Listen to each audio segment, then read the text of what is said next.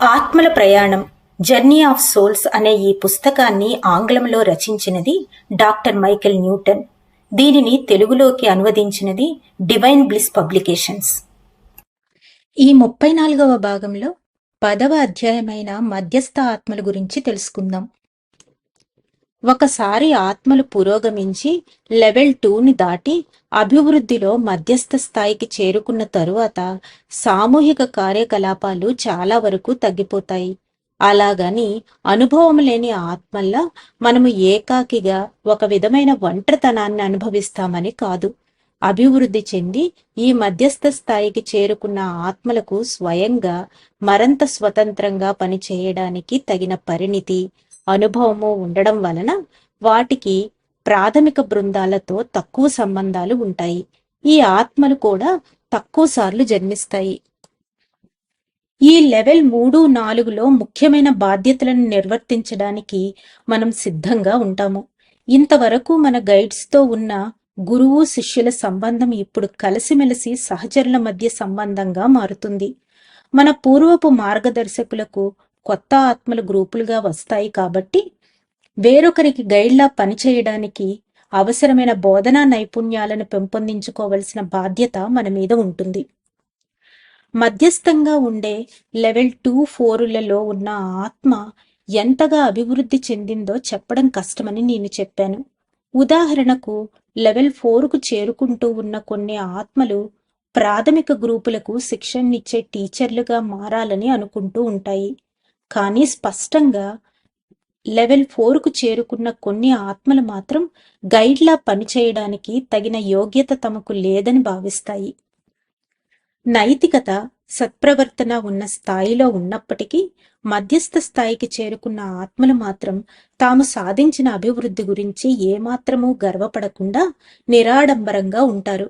సహజంగా ప్రతి సబ్జెక్టు భిన్నంగా ఉన్నప్పటికీ ఈ స్థాయిలోనూ అంతకు మించిన స్థాయిల్లోనూ ఉన్న క్లయింట్లు మరింత ప్రశాంతంగా ఉన్నట్లు నేను గుర్తించాను.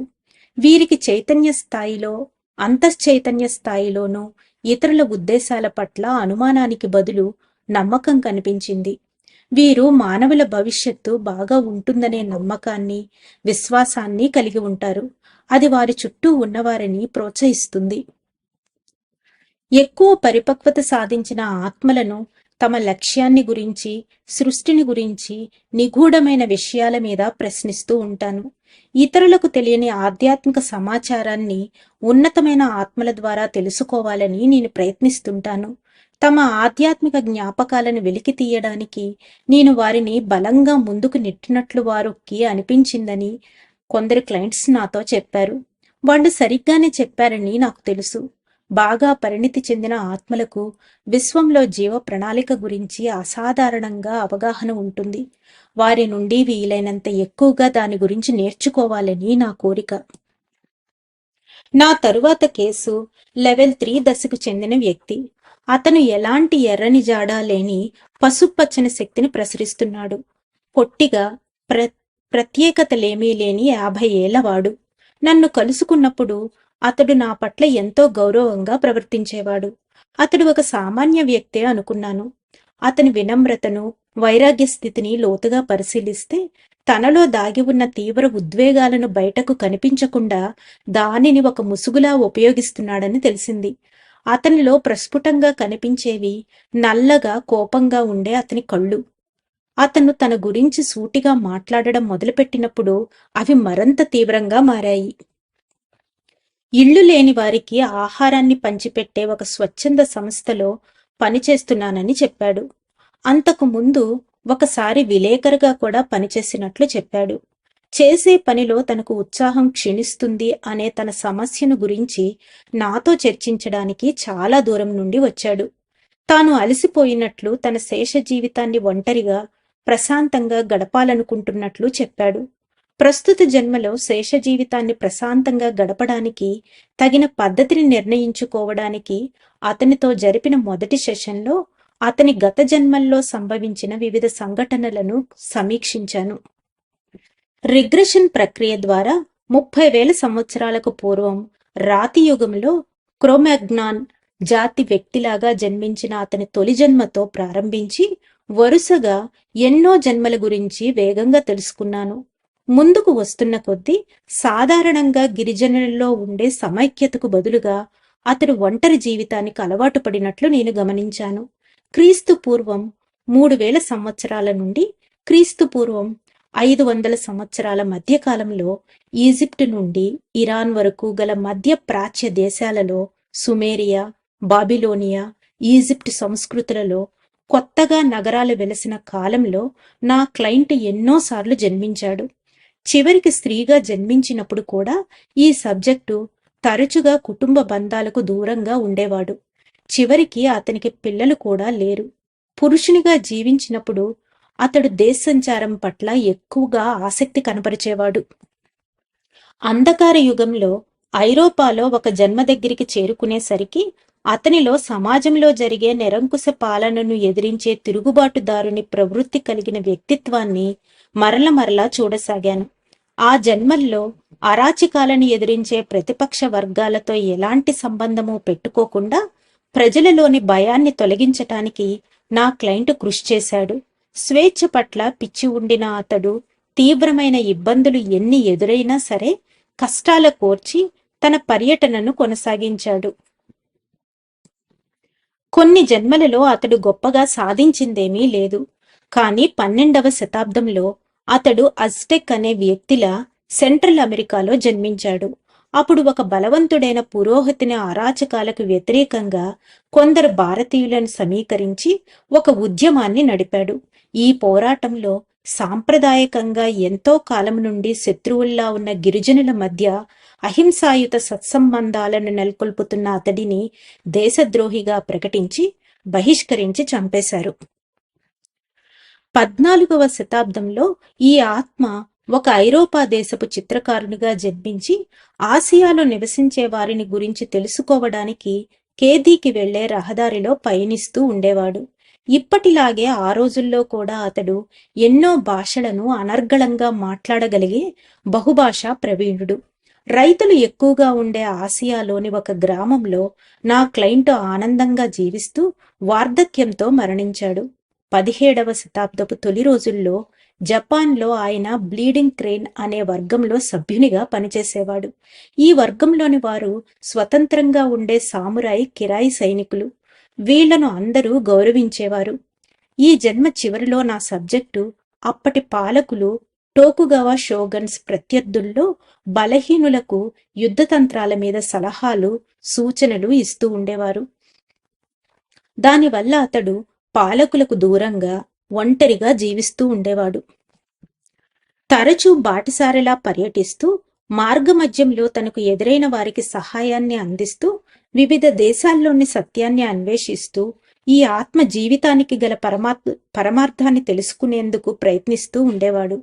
19వ శతాబ్దంలో ఇతడు ఒక అమెరికా దేశ సరిహద్దుల్లో ఒక రైతుకు భార్యగా జన్మించినప్పుడు నేను ఆశ్చర్యపోయాను. వారి వివాహం జరిగిన తరువాత కొన్నాళ్లకు ఆమె భర్త చనిపోయాడు. నా సబ్జెక్టు ఎలాంటి సంచారం లేకుండా ఉంటే ఎలా జీవించాలో తెలుసుకోవాలని ఇంటి పట్టునే ఉంటూ పిల్లలను, ఆస్తిని అంటిపెట్టుకుని ఉండే ఒక విధవరాలి జన్మని ఇష్టపూర్వకంగానే ఎంచుకున్నాడని తెలుసుకున్నాను. ఈ సెషన్ ముగిసేసరికి ఎంతో పురోభివృద్ధిని సాధించిన అనుభవం కలిగిన ఆత్మతో నేను పనిచేస్తున్నాను అన్న విషయాన్ని నేను తెలుసుకున్నాను. అతడు ఇంకా వేరే చాలా జన్మలు ఎత్తినప్పటికీ మేము వాటిని సమీక్షించలేదు. లెవెల్ 4లోకి ప్రవేశిస్తూ ఉంది కాబట్టి ఈ ఆత్మ భూమి మీద 70,000 సంవత్సరాలకు పూర్వం తొలిసారిగా జన్మించి ఉన్నా నేనేమీ ఆశ్చర్యపడి ఉండను. అయినప్పటికీ నేను ఇంతకు ముందే చెప్పినట్లు ఆత్మలు పురోగమించడానికి ముందు 100ల కొద్దీ జన్మలు ఎత్తవలసిన ఆవశ్యకత ఏమాత్రం లేదు. ఒకసారి కేవలం 4,000 సంవత్సరాల నుండి మాత్రమే జన్మిస్తూ లెవెల్ 3ని చేరుకున్న ఒక క్లయింట్ నా దగ్గరికి వచ్చాడు. నిజంగా ఇది గొప్పగా చెప్పుకోదగ్గ విషయమే. అతని ప్రస్తుత జన్మ గురించి, గత జన్మల్లో దేశ సంచారం చేస్తూ నేర్చుకున్న పద్ధతుల గురించి నేను నా క్లయింట్తో మాట్లాడాను. తాను ఎప్పుడూ వివాహం చేసుకోలేదని, ఎలాంటి బాదరాబందీ లేని సామాజిక సంబంధాలే తనకు హాయిగా ఉండేవని చెప్పాడు. కొన్ని ప్రత్యామ్నాయాలను పరిశీలించమని అతనికి చెప్పాను. ఎక్కువ జన్మలు గడిపినప్పటికీ ఆయా జన్మల్లో అతనికి వ్యక్తులతో తగిన అనుబంధం లేకపోవడం వల్ల అతని పురోభివృద్ధికి ఆటంకం కలుగుతోందని నాకు అనిపించింది. ఈ సెషన్ ముగిసేసరికి మరో సెషన్లో ఆత్మల ప్రపంచం గురించి మరింత అవగాహన కోసం మేము అతని మనస్సును లోపలికి వెళ్లి చూడాలని ఆతృతతో కనిపించాడు. ఆ మరునాడు సెషన్కి వచ్చినప్పుడు అతడిని అధిచేతన స్థితికి తీసుకుని వచ్చి పని మొదలుపెట్టాము. కేసు 22. డాక్టర్, ఆత్మల ప్రపంచంలో నిన్ను ఏ పేరుతో పిలిచేవారు? సబ్జెక్ట్: నెంథం అని పిలిచేవారు. డాక్టర్: నెంథం, ఇప్పుడు నీ చుట్టూ ఆత్మలు ఉన్నాయా లేక ఒంటరిగానే ఉన్నావా? సబ్జెక్ట్ కాసేపు ఆగి: ఇద్దరు, నా చిరకాల సహచరులతో కలిసి ఉన్నాను. డాక్టర్: వారి పేర్లేమిటి? సబ్జెక్ట్: రావోల్, సెన్జీ. డాక్టర్: ఒక పెద్ద ఆత్మల గ్రూపులో మీ ముగ్గురు పనిచేస్తుంటారా? సబ్జెక్ట్: మేము గతంలో అలాగే ఉండేవాళ్లం, కానీ ఇప్పుడు మేము ముగ్గురం మా పని మేము చేసుకుంటాం. డాక్టర్: ఈ క్షణంలో మీ ముగ్గురు ఏం చేస్తున్నారు? సబ్జెక్ట్: మా జన్మల్లో ఒకరికొకరు సహాయం చేసుకోవడానికి గల మంచి మార్గాలను గురించి చర్చించుకుంటున్నాము. డాక్టర్: మీరు ఒకరికొకరు ఎలా సహాయం చేసుకుంటారో చెప్పు. సబ్జెక్ట్: తన తప్పులను క్షమించుకొని తన యోగ్యతను గుర్తించడానికి నేను సెన్జీకి సహాయం చేస్తూ ఉంటాను. ఆమె భూలోకంలో ప్రతిసారి తల్లిలా జన్మించడం ఆపివేయాలి. డాక్టర్: ఆమె నీకు ఎలా సహాయపడుతుంది? సబ్జెక్ట్: నాది అనే భావన నాలో లేకపోవడాన్ని గుర్తించి దానిని సరిచేసుకోవాలని చెబుతూ ఉంటుంది. డాక్టర్: ఈ విషయంలో సెన్జీ చేసే పనులు నీకు ఏ విధంగా సహాయపడతాయో తెలిపే ఒక ఉదాహరణ చెప్తావా? సబ్జెక్ట్: ఒక జీవితంలో జపాన్లో నేను సైనికుడిలా ఉండేవాడిని. సైన్యం నుండి బయటకు వచ్చిన తరువాత ఆమె నా భార్యగా ఉండేది.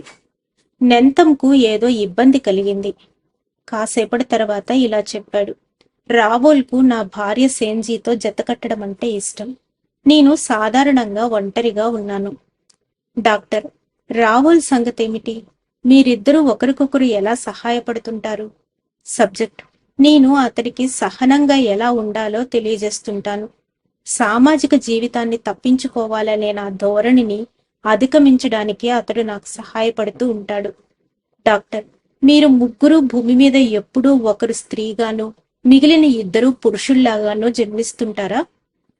సబ్జెక్ట్: లేదు, మేము మారవచ్చు, మారతాం కూడా, కానీ నాకు ఇదే సౌకర్యంగా ఉంది.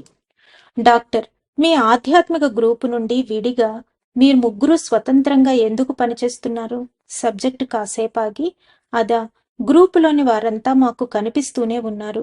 కొందరు మాతో పాటు ముందుకు రాలేదు, మరికొందరు ఎక్కువ అభివృద్ధి సాధించి వారి స్థాయిలో విడిగా పనిచేస్తున్నారు.